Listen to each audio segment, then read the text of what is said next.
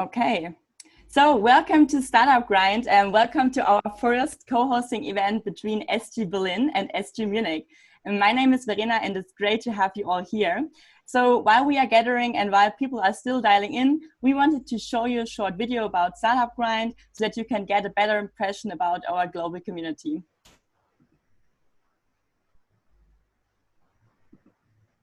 At one point, I really realized I want to be surrounded by people who really want to change something. Entrepreneurs, community builders, people who really want to move something around. It's truly an amazing experience. For me, it was really a good entry point to enter the startup world. So my background is in finance and investing. I went to the Europe conference in London and then attended my first global conference last year and this year again. I met so many interesting people. If you have any hesitations, you truly need to get connected in your local chapter.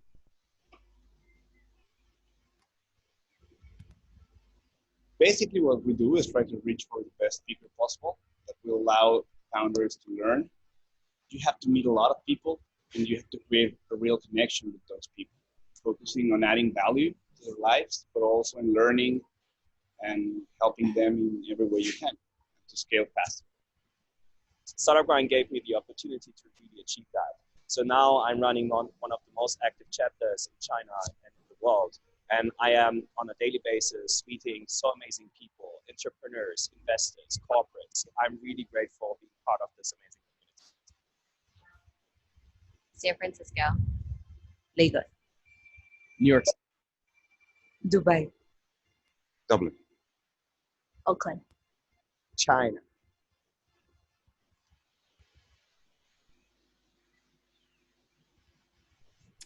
Great, so welcome back. So let me quickly go through the agenda with you. So what can you expect from today? So we will start by giving you a little bit of a background about Startup Grind, about our team and our partners, and then switch to the main part of the evening, which is our fireside chat with Anna. And then at the end of the event, we will have some time for a little Q&A session.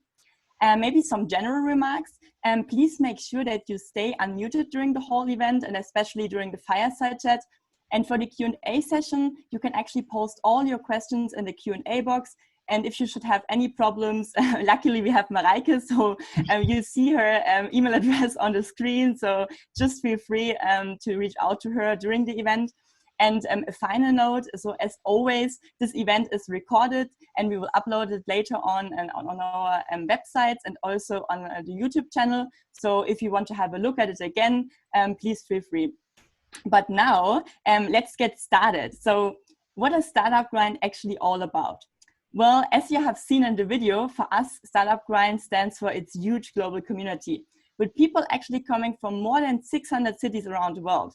For us, Startup Grind stands for inspiring personalities, such as Anna today. So entrepreneurs really want to make a positive impact in the world. But obviously, Startup Grind stands also for you, our community. And this time, it's actually not only Berlin and Munich, but actually people, from, I think, all around the world. So no matter whether you're already an experienced entrepreneur, maybe, whether you already have your startups, maybe just get started, or just super excited about the whole startup scene as we are. With Startup Grind, our aim is to give you a place to share your ideas, connect, and learn from each other. With that mission, Startup Grind was actually founded in 2010 and is today the biggest startup community in the world. So let's have a look behind. Who are the faces behind our teams? So luckily, it's not only me, but we have two fantastic teams from SG Munich and Berlin who are organizing the whole event. So also a thank you to all our team members for all the support.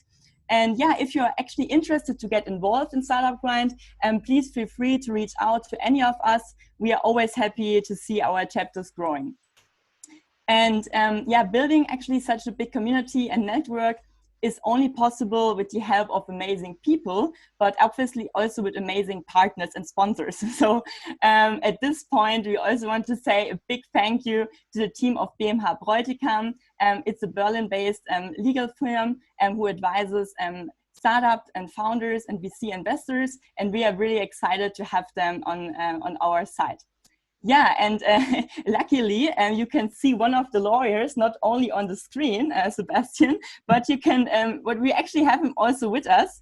So Sebastian, I now hand over to you so that you can introduce yourself and BMH to the audience.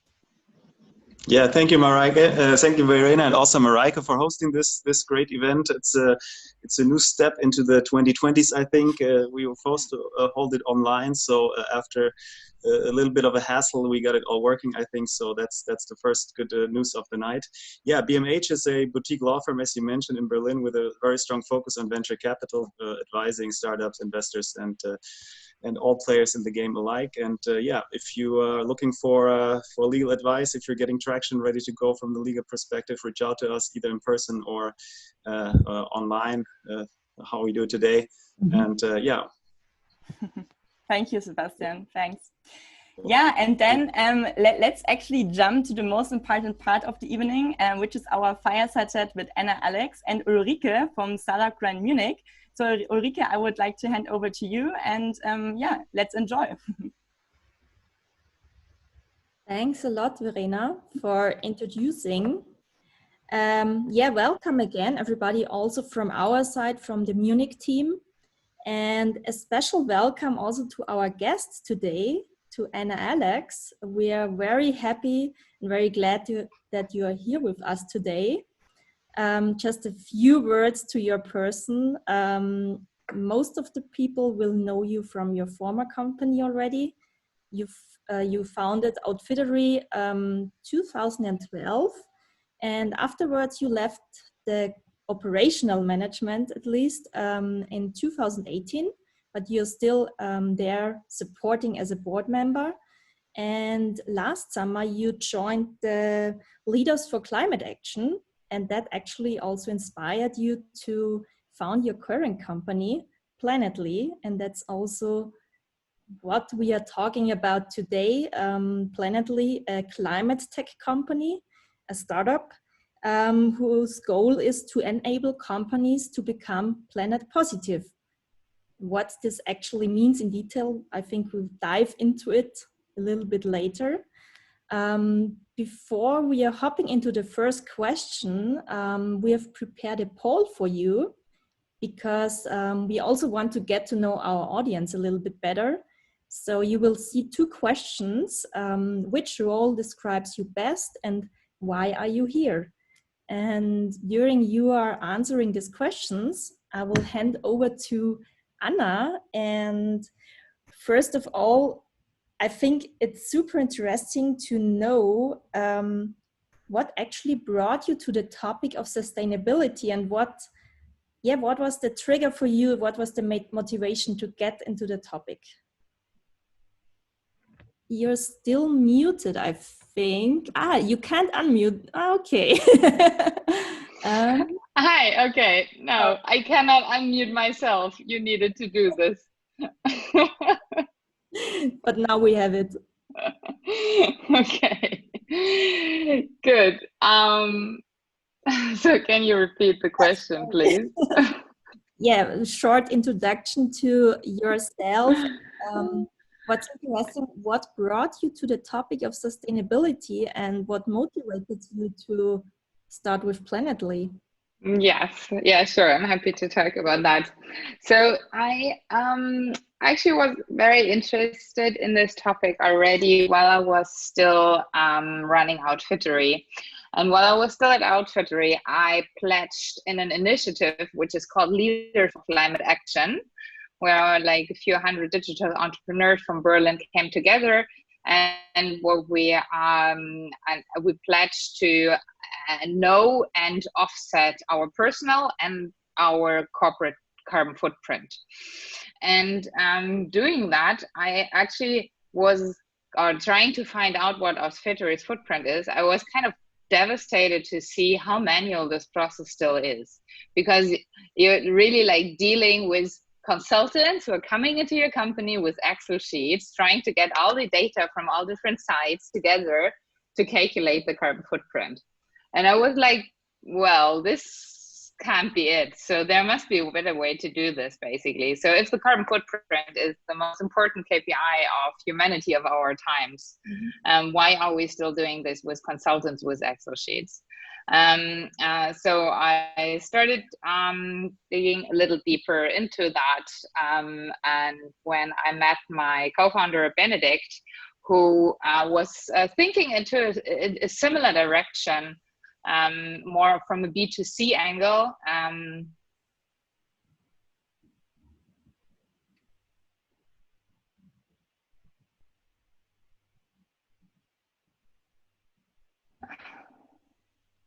Sorry, I'm back now. I think the connection was bad, yeah. Yeah, okay, yeah. Good. Your co-founder, or you yes. spoke to your co-founder? Exactly. And he was looking at the topic more from a B2C side, and I was more interested in the B2B angle, actually. And after doing some research on this, we decided to go more the B2B route. So, which brought us then to the idea for Planetly to basically enable the economy to become carbon neutral. And doing that by really providing super easy and actionable tools to analyze your carbon footprint as a company, then to reduce it and to offset it. And this is what we now made our mission since a few months, and yeah, busy working on that. Yeah. Great, thanks for the short introduction. And I think that's a good transition point to our first poll, because you already mentioned it. You were thinking about the B2C or the B2B focus. And let's see who is our audience today. So more than the half is from startups. So I can imagine that they also have kind of an interest on maybe measuring their carbon footprint. Yeah, and also most of the people are here because they want to learn how to apply sustainability in their job. We have also we have one investor, we have person from corporates, consultants. Yeah, very diverse audience, I would say. So when you started with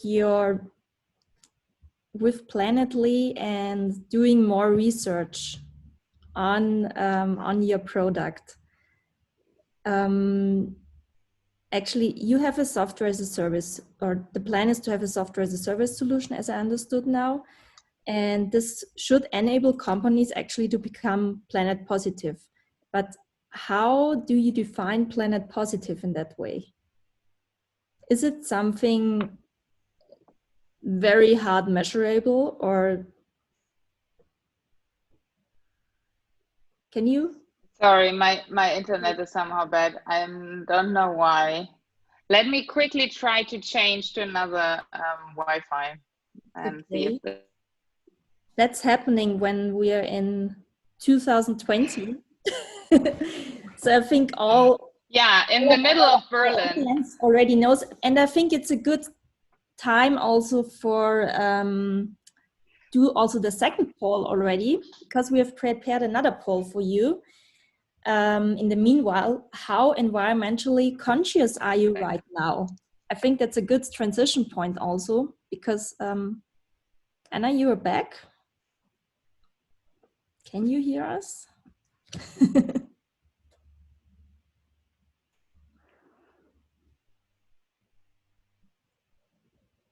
So,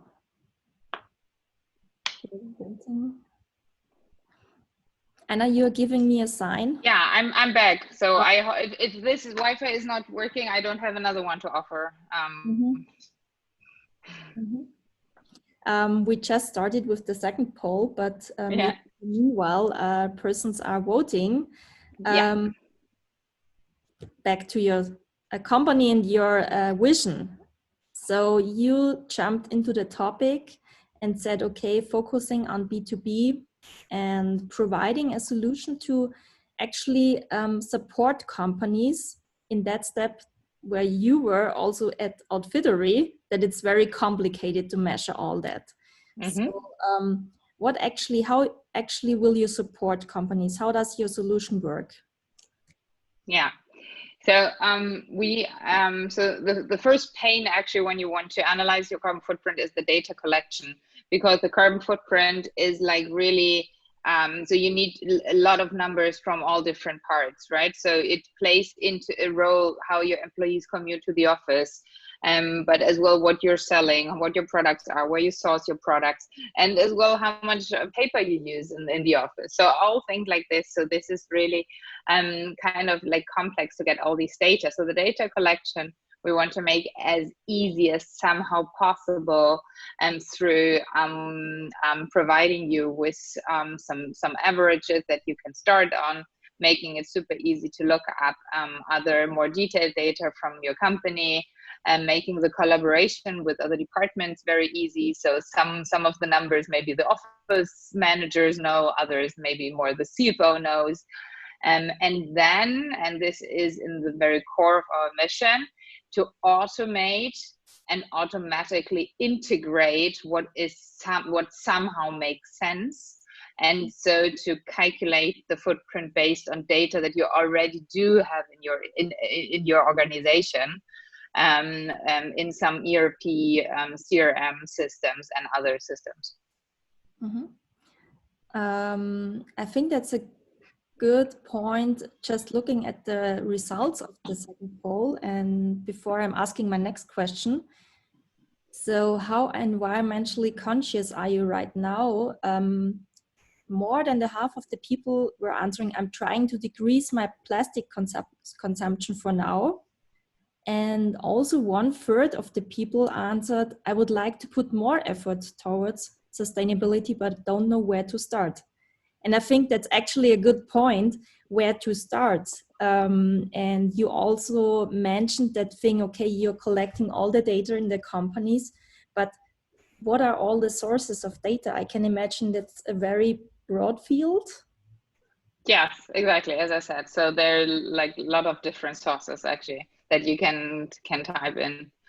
And I think what is like maybe on answering, so like where to start if you want to push the topic of sustainability, and jumping on this right away. So what we see is that employees do play a very critical role in the transition of the economy to a more sustainable economy. So really holding like your company accountable, pushing this topic, maybe as well asking a question like, how about our sustainability strategy, or what is our carbon footprint, in an all hands meeting, and really like point the leadership toward this topic is, I think, a very concrete step that everyone can do tomorrow, and it has a big impact. So this is one of the main motivations we see with our clients now, why they want to become carbon neutral. Mm-hmm.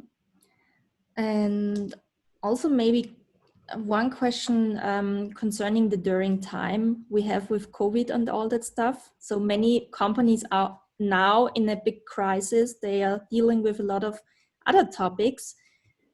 What is your perspective on this? Did the perspective on sustainability change during the COVID crisis, or did it stay the same? Mm-hmm. So what we found, luckily, is that most of our clients that we work with actually stuck to their sustainability commitments as well during the crisis.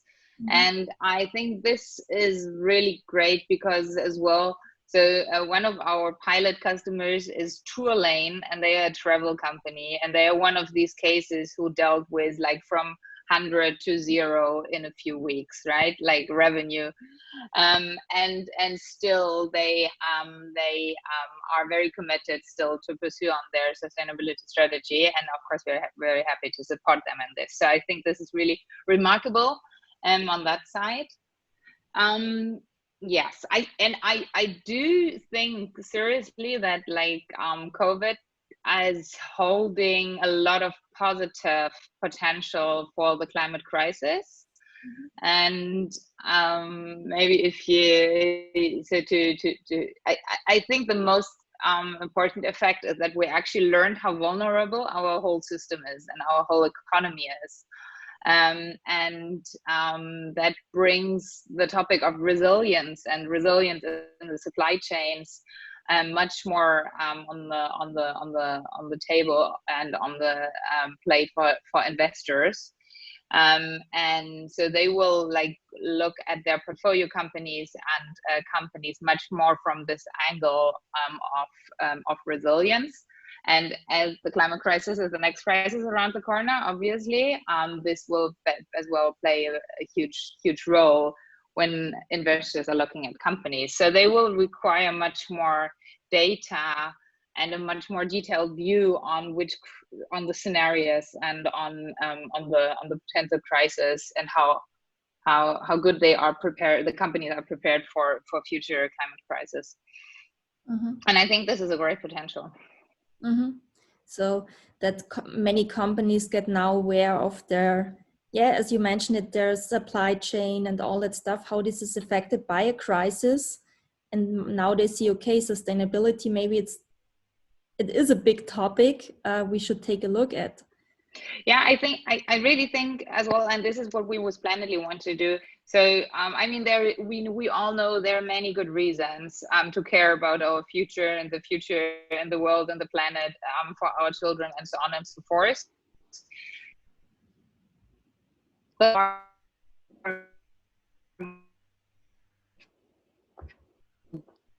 Anna, I think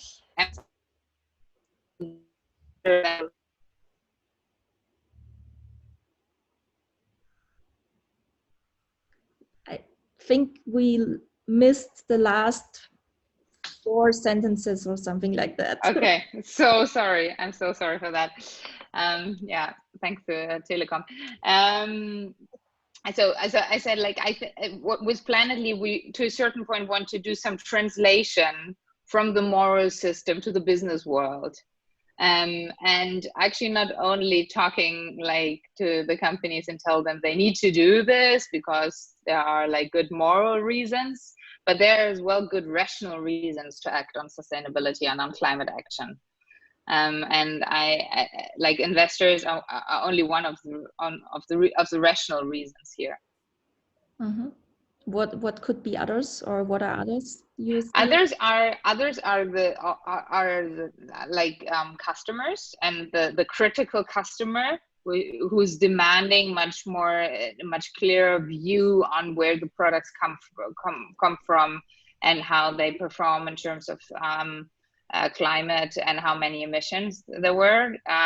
The others are employees, so the whole war of talents, right? And if you're a company who had this as a problem anyhow, this is a good rational reason to act on this. Mm-hmm. And then there's the investor side, and then of course there's as well the cost side, just like being more efficient in your whole processes as well as saving you costs. So, and it's saving you costs already today. And it will as well save you costs in the future in the moment that your market gets regulated, meaning that a ton of CO2 gets a price in your market. And which we assume to be the case at some point for all markets. Mm-hmm. You just mentioned the investor side, that many investors already start to also look at these facts in companies and especially in startups. So at the beginning of the year, you also raised a high amount of money. And a little fun fact, the lead investor is Speed Invest. In your case, we had Marie-Helene, partner at Speed Invest, last week here as a guest speaker. So little fun fact at this point. In case of investors, there are many investors already, as you mentioned, that are focused very strong on sustainability topics, and others are more still in a mixed, have a mixed portfolio. So was it for you a clear and a conscious decision that you want to go for an investor that is not, I would say, not only sustainability focused, or? Yeah. So any thought, what was the thought behind? So for us, it was a very clear and conscious decision that we want to be a for-profit. I always call it for-purpose, for-profit. So we have a very clear purpose, but we do have as well a good business model. And I think this is very important. And only because of that, we were as well able to attract conventional investors to invest money into our model. So because for me, in the end, actually impact is the equation of scale and purpose. And I think scale is much easier to get if you do have some investors begging you, and if you have some euros in your pocket to spend on marketing and sales and talent and all these things. So we consciously went down this road, and I think it is very important that much more conventional investors are investing in such models as ours, just from a purely rational perspective as well, because there are great there's great developments towards impact investors, but compared to the institutional and conventional investors, it's still tiny, and it still will take a lot of time until getting there. So I think combining really like the purpose and the good business model will be the way forward. And I definitely see this maybe as well really as a kind of new generation of startups. So there are some other great examples as well who are tapping into this bucket, like the Tomorrow Bank, for example, or so, have a really solid business model and a great purpose at the same time. Mm-hmm. When investors are coming more up to startup like yours, like for-purpose startups, you see that there are also, maybe also in your case, are there also different KPIs that are measured from the perspective of an investor that are more like also put focus on purpose or on the sustainability topic, or are the KPIs and measures are still at the moment the same? No, so I think this is the difference. So there are some impact investors, and they maybe say like, okay, I'm trading some ROI for some more purpose, right? And maybe my return on investment is slightly lower, but my purpose is higher, and so on and so forth. And they would maybe, like, they are rethinking the whole system a little bit, but this will take many, many years until this really gets to the masses, is my assumption. So in order to really act now and deploy some venture capital, like some conventional money to the planet or to the really big problems that we are facing in the world, I think we need to really combine both. So the investors who have invested into us, they haven't done it because they are only such a nice crowd of people. I mean, Speed Invest are, right? But so they are still a conventional investor. So they are doing it because they see us on like, or they are checking or applying the same KPIs that they would apply to any other business model. And I think in order to really then live up to this or make this whole system work, I think it's important that you really think very intensively about your business model to not only balance out the purpose and the profit and making some profit on the one hand side and then trying to balance this with some purpose on the other side, but to really streamline both. So I would like I once called it the purpose flywheel. So the bigger your company becomes, the more purpose there must be, or the better it must be for the world, and the better it must be for the business. So, and only if this is really pointing to the same direction, there are like incredible dynamics, I think, that can be set loose and set free in order to really cater on both.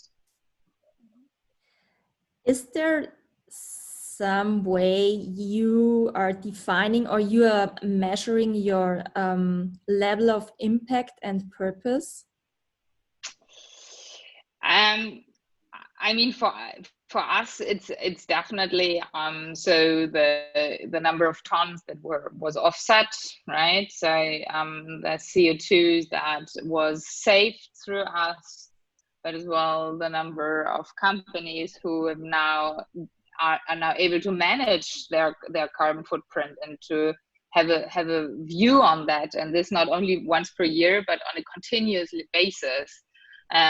So these are like for us the real like measures of success, I'd say.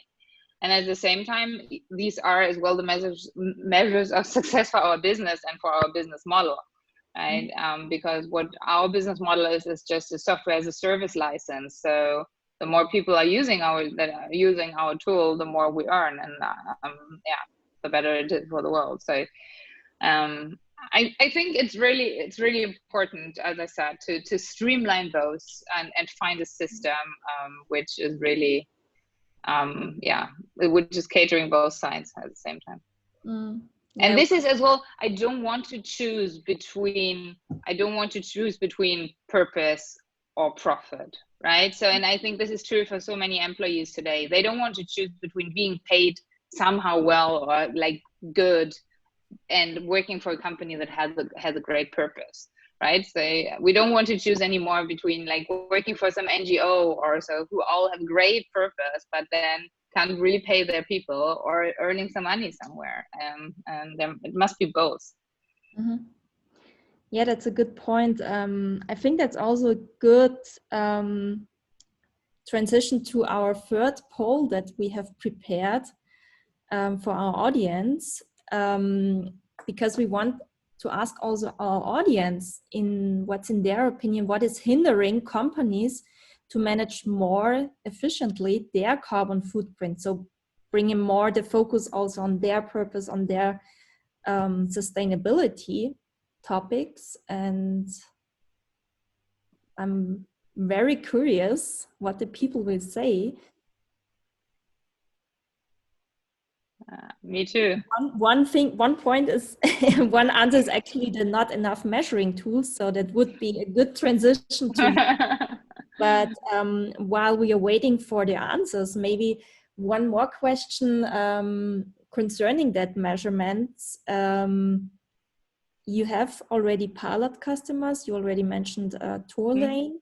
So in case of your own company, are you also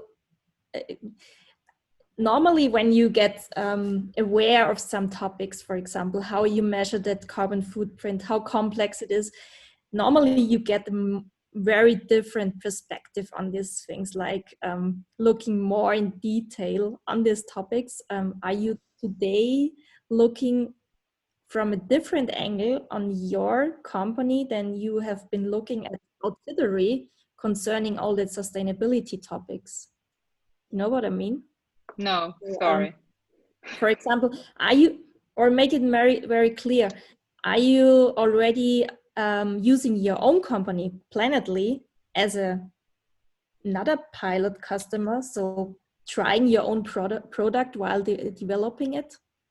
Of course. I mean, eat your own dog food is very important for every company, right? Absolutely. Of course, we're tracking our own footprint, and what we do as well, we're asking all bigger suppliers somehow to give us their footprint as well. So we put this into our governance, actually, to ask them for the footprint, and which is really interesting because many of us don't know them. Let's take a look at the answers. So, so 1/3 of the person said not enough measuring tools. Yay! So, point for you, but also many people, 40% said not enough sea level priority buy-in. Yeah. Is it also something that you experience, for example, when you're talking to possible new pilot customers or other colleagues? Yeah, I mean, so the people who want to talk to us now are obviously the one who already have it on their radar. But I mean, absolutely, I think this topic requires much more. So it's still like the companies who are now working with us are still pioneers in their space. So it's still not in the masses. And we're working on providing the tools to get it there and to really enable everyone. Yeah, but it starts there. Absolutely. Maybe coming back to one point you mentioned before, that purpose thing, you decided to go for a tech solution, a climate tech solution. Would you say that using tech is nowadays the most impactful way to enable, for example, planet positivity? I do think it is one of the most promising ways or most promising levers we have as humanity to apply all we know and all we have on that side in order to work on the really big problems of our world and on the climate issues. Absolutely. I mean, I obviously believe it's not just tech, but it's tech in combination with entrepreneurship, which so really finding market solutions which just like can enable like huge forces in the market and moving a lot of things and moving a lot of things fast. And this is obviously what we need here. So we don't, the age of delivery has begun, right? So we have no more time to like to act on this altogether. So it's really on us, and it's really now to move this pretty fast. Mm-hmm. To look to this fact in a little bit more in detail, I think you also know that that rebound effect, I guess. Mm-hmm. Mm-hmm. Maybe just for our audience, very quick, the rebound effect is the effect that says, okay, you use tech, for example, technology to make something better, but at the end, it's getting so easily to use tech that even more technology is used, and the negative effect is that so many technologies used to reduce carbon footprint, but at the end it raises because of the high level of technology usage. Just in a short example, is this something, or what is your opinion on that?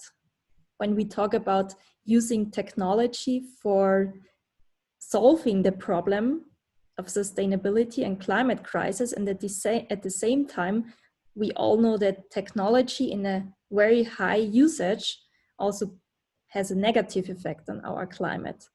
What is your opinion on that? So my opinion on that is more complex than that, and I actually don't like these simplifications kind of too much, because they always give people a reason to like not move into that direction. So being like, oh, we're all doomed anyhow, so we shouldn't start thinking about this further.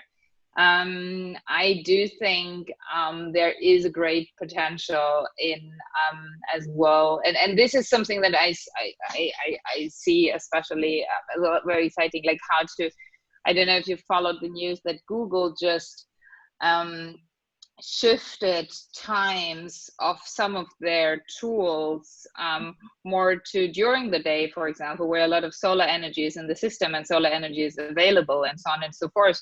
So there's really like huge efficiency potential in applying this. And it's not just like dump technology towards the consumer, but as well thinking about like the energy and understanding the whole energy flows in the back much better, and then optimizing on that. Yeah. So yeah, I mean, you could watch, like, you need to watch these effects probably very closely, but like not doing any progress is not the alternative, as my point of view. Yeah, of course, I totally agree. And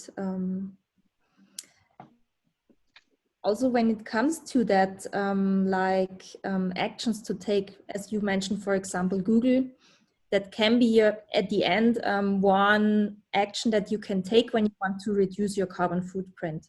Yeah. That's also some result that could come out after using your solution at the end. So when it comes to, so in your solution, you can measure the carbon footprint of a company, but it should be also a base for taking actions afterwards. So when it comes to taking actions, are you integrating like fixed, I don't know, points where you can advise companies how to reduce their carbon footprint? Is it something that you integrate also or cooperate with other companies in case of how can you reduce your carbon footprint after measuring it in real time? Yeah, absolutely. So we're very much like committed to work heavily towards the reduction, not only, so analyzing is one thing, and now you want to reduce it, and then you want to offset the rest. There is a set of standard things that every company can do, switching to green energy, for example, like rethinking your travel policy, all such things, but as well more complex things, like the things I mentioned around the server management. And then at some point it gets really individual per company. And on that end, we are cooperating with consultants in the market because we are very clear we don't want to be a consultancy. And there are many people in this market who have like extremely good experience and knowledge around these things. And we're cooperating with certified consultants on that side. Okay, so talking a bit about your, I would say, positioning and business model. So you're focusing concrete on that more measuring, and then connecting also with people, with consultancies that can use this data as a base. And yeah, okay. Yeah, I just look at the time because I saw that we already have some questions also in the chat, but before I hand over to the Q&A afterwards, maybe one or two questions concerning you as a person, because I think it's super interesting also what you mentioned the last 40 minutes. And now you already said at the beginning, you're focusing on B2B. When you, before in Outfittery, you have been in a B2C business. So now you have both perspectives of founding and building up a company, a startup. What is actually your own change that you had maybe to make concerning your role as a founder? Is there any change or? So yeah, I'm coming from a B2C world, and I think applying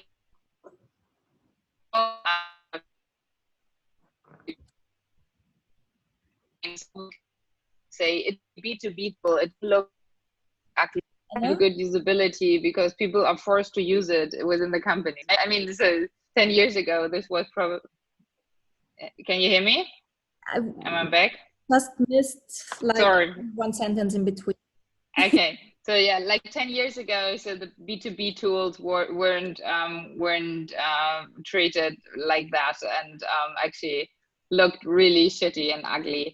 And I think these times are over. And what we always say is companies are people too, right? So in the end, there are humans sitting who need to use the tool and who decide on which software to use. So I think actually applying all these principles that I take from the B2C world, so knowing the power of branding, how important the brand positioning is, the community aspect around that. I mean, I'm trying to apply all this now to a B2B brand, and let's see where it takes us. Mm-hmm. And maybe a little outlook to the future. So you now have like some months of experience already with Planetly, and also experience with your first pilot customer. Where do you see,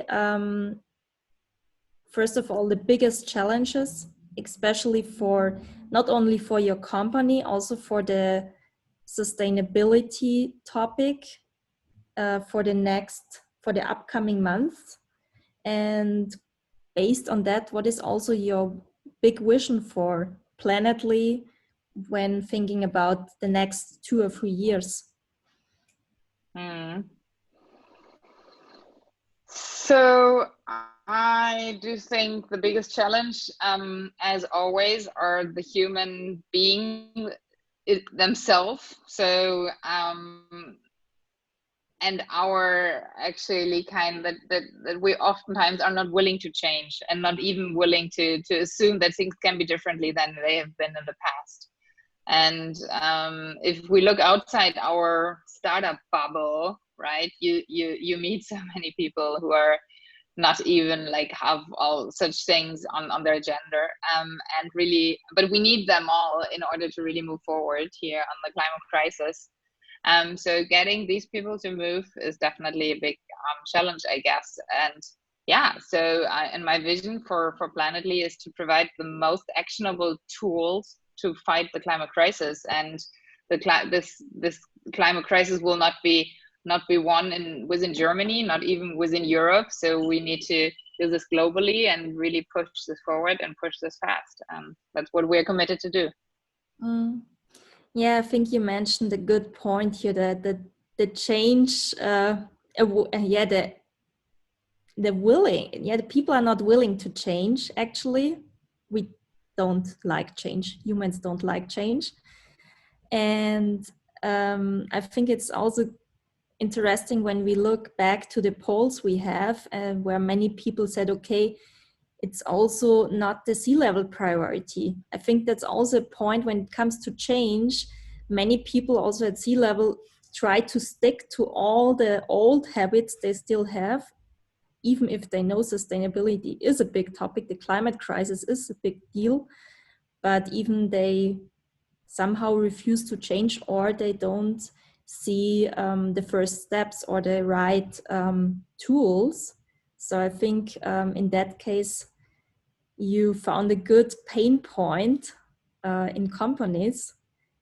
Great insights. And I think at this point, I would like to hand over to Sabine, because she had an eye on our chat. I just saw all the questions popping up in the bottom in the chat.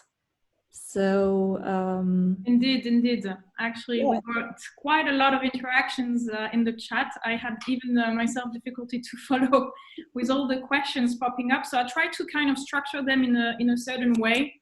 So because some of our participants had actually quite similar questions. So let's start with questions around data collections and data sourcing. And thanks a lot for your great insights, because that was a very interesting fireside chat so far. So Simone, Maximilian, Jorge, Sven are talking in the chat about data collection and analysis. They would like to know basically if you only focusing on ESG metrics, or if you're going beyond the carbon footprint pure data. I think that would be the first question that I would ask. So currently we are focusing on the carbon footprint. So if you talk in terms of ESG, we are focusing on the E of ESG, and we can already almost cover the whole E and every metric that are behind that. And we're focusing on all three scopes as well. Yes. Yeah, exactly. That was Maximilian's question, who was I've seen that, yeah. Are you merging along all three scopes? I had to actually Google this to understand what is one, scope 2 and scope 3. Yeah. We need to should I explain you? Please. Because then for the next chat or wherever, maybe you can take this away, because this is something that we should all kind of understand. It's quite like it sounds complicated, but it's actually not that much. So basically, you separate the emissions into 3 different scopes.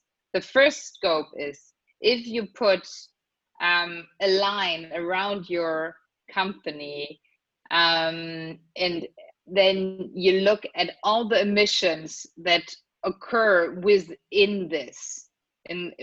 So if you do have machinery who is really having some emissions, then that would be scope 1.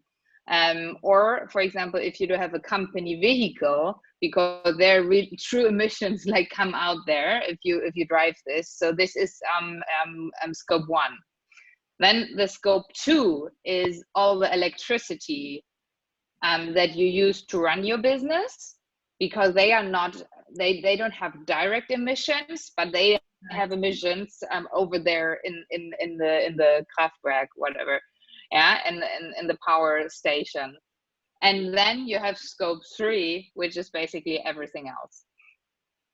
And so you cover all three, which means that you also basically cover indirect emission that occur in the supply chain of the company. Like exactly. So we are covering per industry the most relevant parts of scope 3. So the biggest buckets of scope 3, exactly. And attached to this, actually, this is a question that you also partially answered during the chat with Ulrike, is that you're not only collecting data from your companies, but you're also getting the help of partners to get external data on top to enrich what you've been able to gain from your companies, right? From your clients. Yes, absolutely. We're like on the side of emission factors and so on. We are not. This is not proprietary data, so we of course build on all the studies and scientific studies and results out there and databases there, and collect the best ones. And then from the company data side, we work with the company directly on the data. Mm-hmm. And I guess related to this, Gregory had a good question on, there might be some industries that are more difficult to collect data on because they don't have the sensors. They might also not have the ERP. I think this was also related to a question from Ulrike between large enterprises and SMEs. How do you differentiate these target customers and how difficult actually to deal with this data collection for this type of sector? Yeah. So I think, so to be honest, our tool can only be applied if the data within your organization are digital somehow. So if the last SMU in, I don't know, Baden-Württemberg, who is still doing everything on paper, so we cannot help them, right? So to put that straight. Of course, the industries are a very different level of complexity. And that's why we then actually take over industry by industry and focusing our product development really then on one industry to really be able to cover and understand this and industry in depth, having experts on board and having then pilot customers to really not only do this in theory and on paper, but really along with all terms of customer centricity and along the real needs of the customers in this industry. And I guess this is also included into your pipeline and how you kind of get to product market fit and target specific customers along the way. Exactly. I guess this is also kind of a question from Jorge and Bettina on your go-to-market strategy. So one is asking, how do you attract the broader market and not just the companies that are already kind of sensitive to this topic, so those that have sustainability as a priority already. So maybe first question, and then I'll go with the one of Bettina. So this is of course we do have some plans on this now. We're just started, so in a few weeks we will enter into our beta version, and having first now a closed beta and then an open beta. So actually the sales part is just about to start, but obviously we not only want to wait for the companies to come to us, so the companies who are already aware of sustainability, but as well pushing companies to do this. And I think this is in the end very complex. So it can be very much driven by seeing a competitor acting and doing something and then being intrigued to act yourself. I think this is a big lever, but as well other things like I don't know, having read a newspaper article about this topic, and then or as well your employees, as I said in the beginning, pushing towards this direction. So I think there are many forces actually pushing, and hopefully pushing as well the companies who do not have it on the radar today to have it on the radar tomorrow. And I guess you have that specific sector or specific type of companies that you want to attain or acquire in the next 6 months or 1 year, and that plan of go-to-market. Exactly. To be honest on that, I can share this. So I said I don't want to do a top-down analysis like every good consultant is doing, and then just in my Excel sheet find the industry that should be best for us on the different aspects. I said I rather would love to actually have a bottom-up approach as well, and let the market decide, right? And see from which side really comes a lot of traction. So that's why we now build our MVP, so that we can cover quite a lot of industries, and then we will deep dive into the industries from which side we see most traction. Mm-hmm. And when customers come to you, so this more bottom up and inbound, and this is a question from Peter, do they do this for more reasons, or do they have actually compliance requirement they need to abide for? I mean, what's in it for them actually? What's the value they're getting out of your tool? Is just purely compliance, or do you think that they manage as well to increase value for their employees, for their customers, and it's more of a societal change? Or societal I mean, for some it's really compliance. For others it's because they want to tell their customers, or they want to see the upside for the employees, or as well they see the upside for like financial markets, or they want to save costs. I mean, we see actually all these reasons. Mm-hmm. You were talking about your employees just earlier, just very briefly, that sometimes the push is actually coming from your employees. If that's not the case, and in the poll we also see that you need to kind of have the engagement, the buy-in of the C-level. How do you actually make your employees accountable to become more sustainable?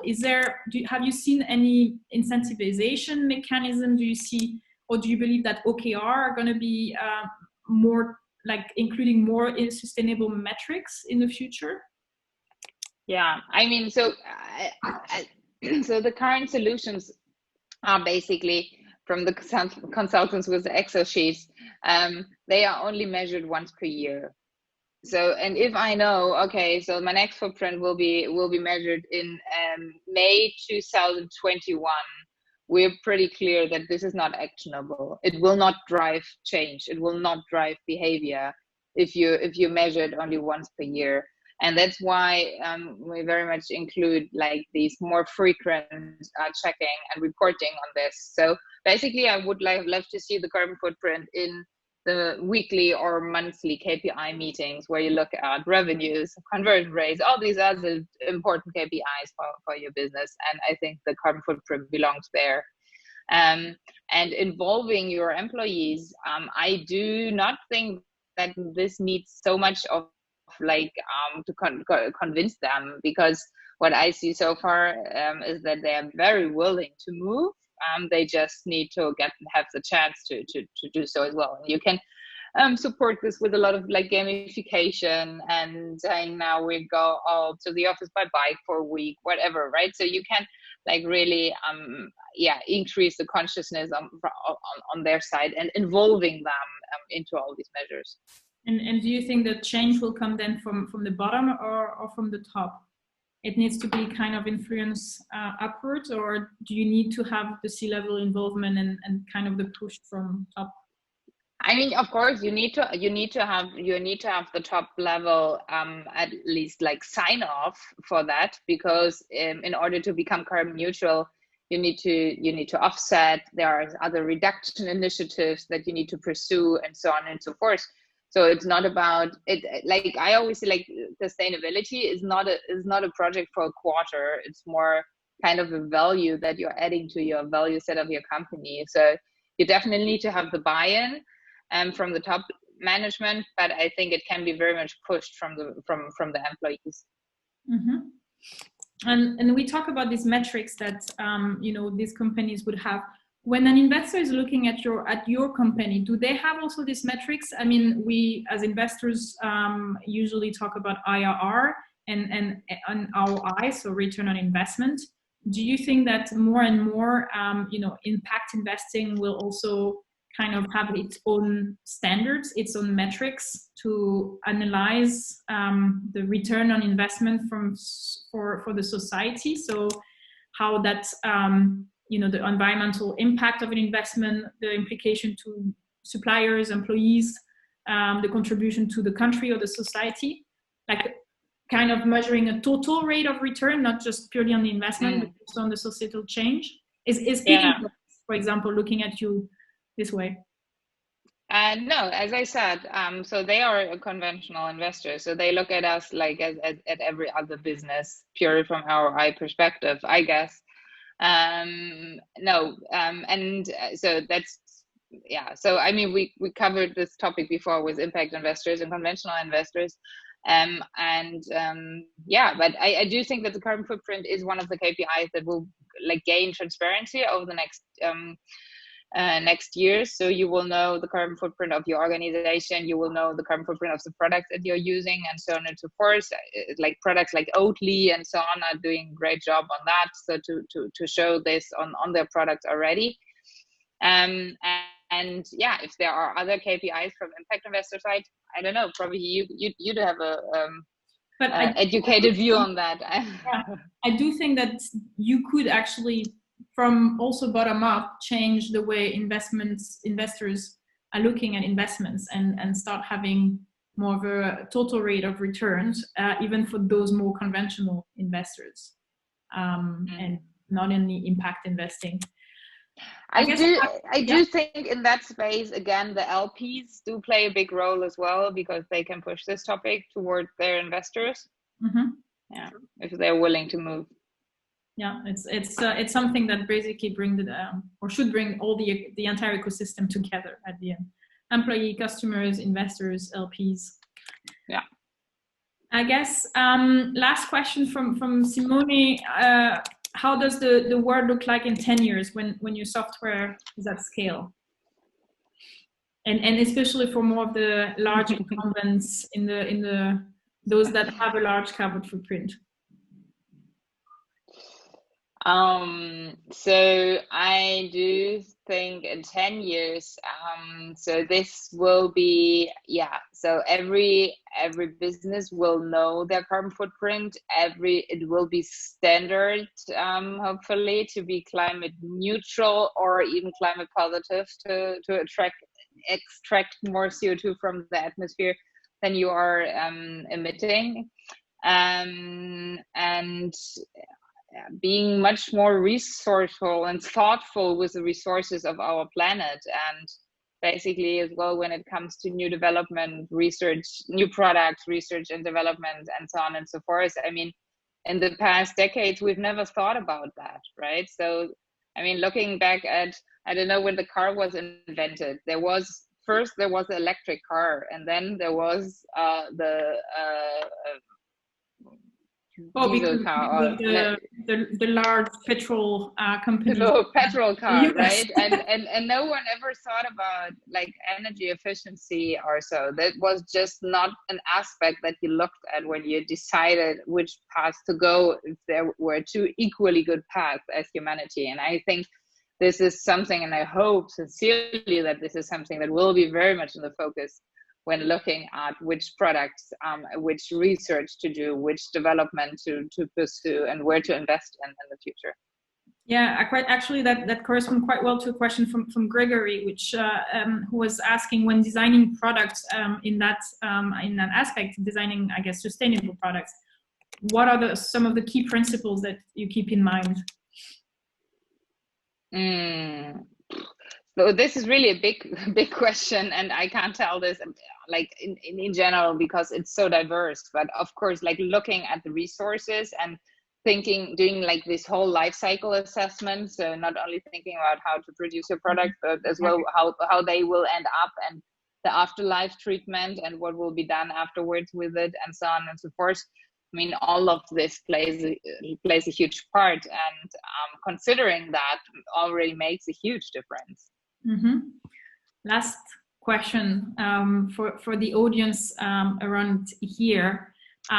They would like to basically get to know from you, what would you recommend, like one simple thing that everyone can change right now to be more sustainable? So for example, do a vegan month. I did this in January, then I extended it to February. I very much liked it.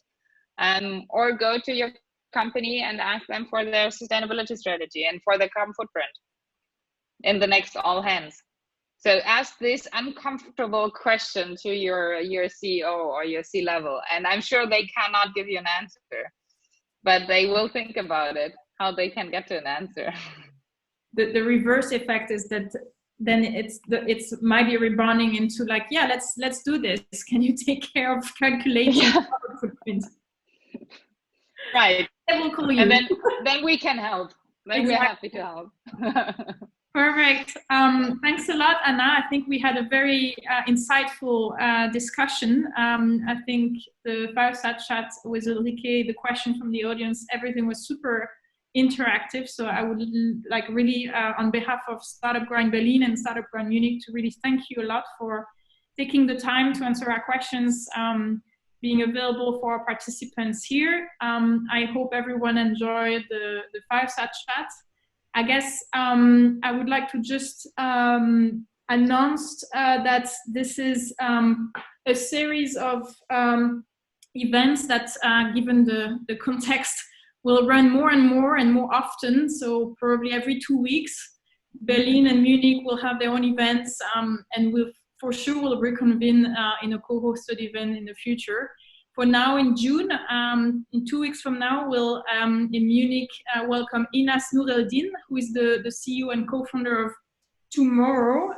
Tomorrow is building the first world sustainable digital bank. So we are keeping the theme of sustainability and asking the question, is technology can drive sustainable change? So join us, register on our website June 9th at 6 p.m. And I think Berlin is also having Right. And actually just one day after you, so it's on the 10th of June, SG Berlin will host another event. We will actually announce our speaker over the weekend, but on the same event, we will organize a workshop with our legal partners from the BMH team, of course. So you will get actually a bit different to the Munich team, but in our topic, it's all about the Corona update for startups from a legal perspective. So you will get a summary about what programs have been set in place and also which options you actually have to apply and use the programs for your startup. And it will be hosted by Janina, but also Sebastian from BMH, whom you already met at the beginning of the event. So it's your chance to ask all questions. But for now, I would say stay tuned for our 2 upcoming events. You can sign on the websites. And yeah, thank you again for being our guest today. Thanks for joining us and have a good evening. And thanks, Anna, for the great insights.